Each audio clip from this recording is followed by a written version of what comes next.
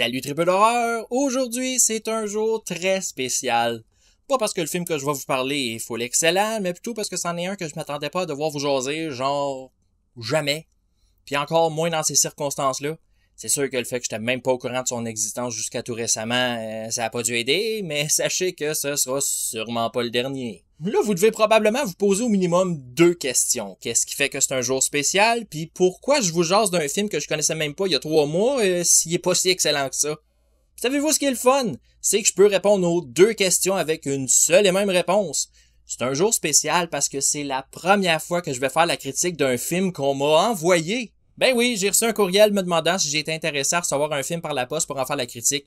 Je le connaissais pas, puis j'avais jamais entendu parler de la maison d'édition, mais tu sais, depuis que j'ai créé ma chaîne YouTube, c'est genre mon rêve de recevoir du stock à reviewer, fait que j'avais pas le choix d'accepter, voyons. Je capote, Horreur FM s'en vient big! Donc c'est quoi le film que je vais vous parler aujourd'hui? Eh ben il s'agit de The Survivor, a.k.a. le survivant d'un monde parallèle. Là, les plus attentifs d'entre vous se demandent peut-être pourquoi je dis le titre en français alors que d'habitude, quand il est question d'un film anglophone, je me contente de dire le titre en anglais. Eh ben c'est parce que la personne qui m'a contacté puis la maison d'édition sont françaises. De France. Tu sais, le pays en Europe, c'est ça, dré là. Fait que non seulement Horreur FM est rendu big, mais en plus c'est rendu international. Aussi, par souci de transparence ou whatever, sachez que ma critique est influencée par personne. C'est pas parce que je reçois maintenant des films que je vais obligatoirement me mettre à en faire l'éloge. C'est mon opinion personnelle, pis c'est pas aujourd'hui que ça va changer. Mais bon, maintenant que c'est dit, je pense que je peux officiellement commencer ma review.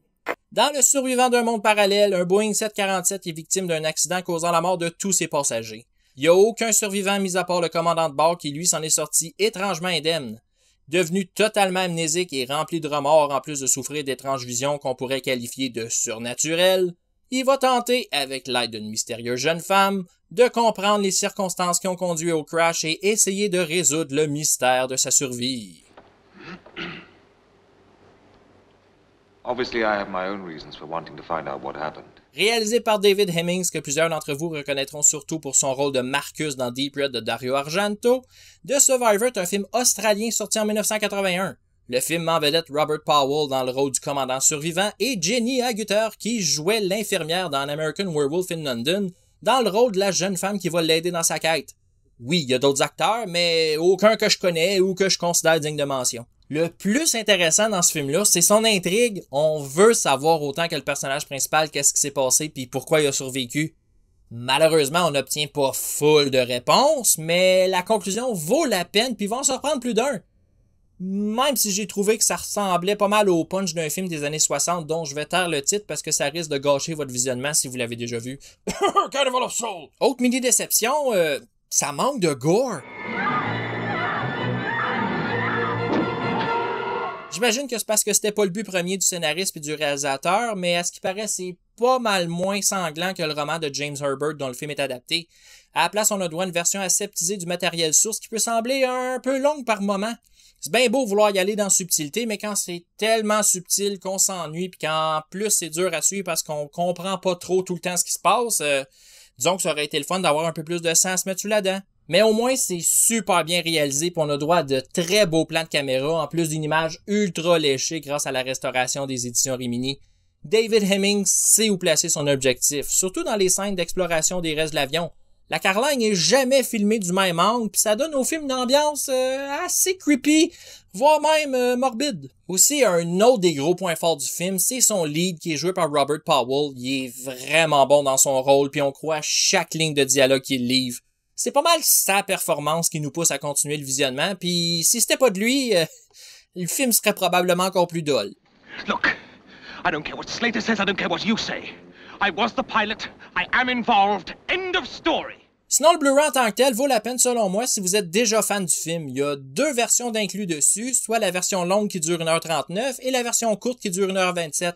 Pour faire ma review, j'ai évidemment choisi de regarder la version longue, puis le film est super beau visuellement.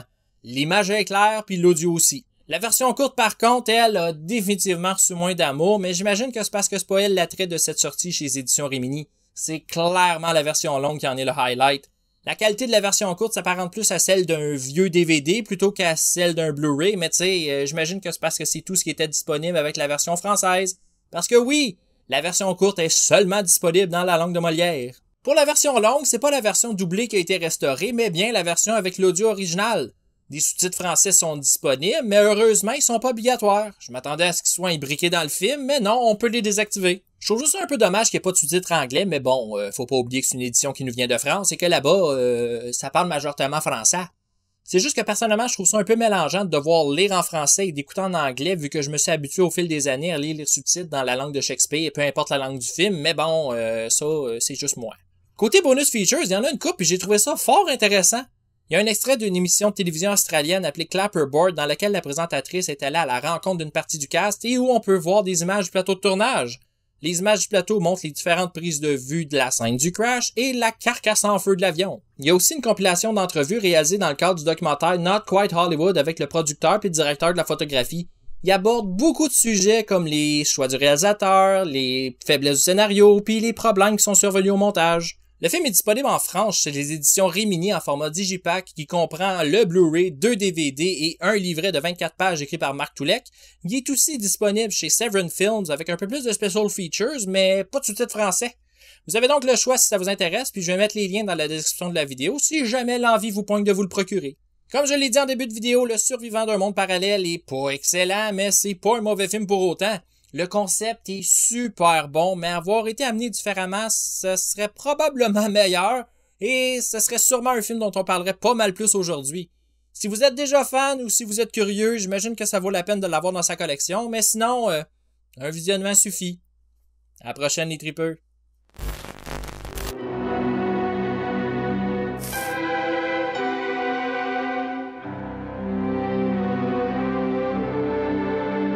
En terminant, n'oubliez pas d'aller faire un tour sur Horreur Québec pour toutes vos nouvelles concernant le merveilleux monde de l'horreur. Et si vous êtes fan de musique métal, pensez à aller checker Metal Minded sur YouTube pour des critiques d'albums puis des entrevues toujours en live. Sinon, si vous avez aimé ma vidéo, pensez à y laisser un petit thumbs up puis n'oubliez pas de vous abonner afin de ne rien manquer sur Horreur FR.